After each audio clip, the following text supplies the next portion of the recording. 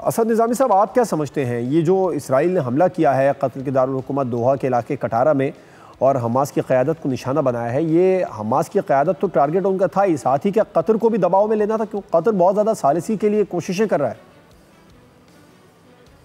بہت شکریہ جی. دیکھیں، اس کے اندر جو دو تین ایلیمنٹس ہیں ان کو ہمیں نظر انداز نہیں کرنا چاہیے. ایک تو امریکن ایلیمنٹ جو ہے اس کے اندر بہت امپورٹنٹ ہے. ابھی تک وائٹ ہاؤس سے کوئی آفیشیل اسٹیٹمنٹ جو ہے ابھی متوقع ہے جو ان کی پریس سیکرٹری یا کسی وائٹ ہاؤس کے نمائندے کی طرف سے آئے. البتہ دو یو ایس آفیشلز نے یہ کنفرم کیا کہ ہمیں اس اٹیک سے پہلے پتہ تھا. اب اس کے اندر یہ بھی ایک ریالٹی ہے کہ قطر کے اندر امریکہ کی بہت بڑی بیس ہے اور قطر امریکہ کے ساتھ ایک نہ صرف ایک ملٹری ایلائی ہے بلکہ اس کے علاوہ ان کے ایک بزنس تعلقات جو ہیں وہ بھی ہیں، ٹریڈ تعلقات بھی ہیں. تو ایسی قطر کی سرزمین پہ اس قسم کا حملہ ہونا جو ہے یہ بہت آؤٹ آف دی آرڈنری تھا. اس اٹیک کے بارے میں یہ بات جو ہے یہ کی جا رہی ہے کہ یہ کئی مہینوں سے پلان ہو رہا تھا اور اس کو اٹیک کہنا آتا ہوگا. میرے خیال میں تو یہ ایمبوش تھا کیونکہ یہیں پہ پیس ٹاکس ہو رہی تھی اور یہیں پہ اٹیک کیا گیا. ایک تو یہ بات ہوگی.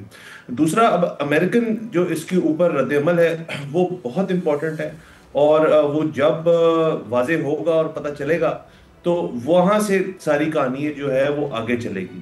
اس کے علاوہ جو سارے معاملات پچھلے ہم کچھ دیر سے دیکھ رہے ہیں، جو پیس ٹاکس اور باقی چیزیں، وہ ساری اس واقعے کے بعد رد ہو جاتی ہیں.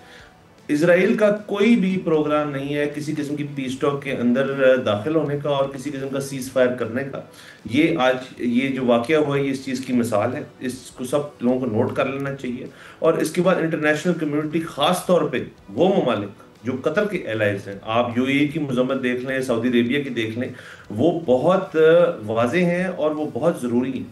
اب یہ ایک بلینکٹ اپروول تو نہیں دیا جا سکتا نا دنیا کے اندر ایک ملک کو کہ جی آپ جدھر آپ کا دل کرے آپ جا کے اٹیک کر لیں اور اس کے بعد آپ کو کچھ نہیں کہا جائے گا.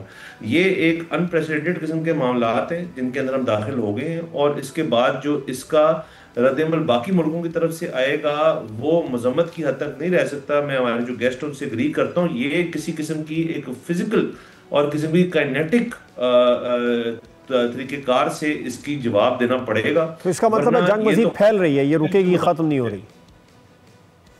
ہر ملک اس سے متاثر ہوگا اور جہاں پہ یہ نہیں ہو سکتا نا جی اسرائیل سوچے کہ جی ہمارے ملک کے دشمن جو ہے وہ یہاں بیٹھے ہیں اور یہاں بیٹھے ہیں، وہاں پہ ہم اٹیک کر سکتے ہیں.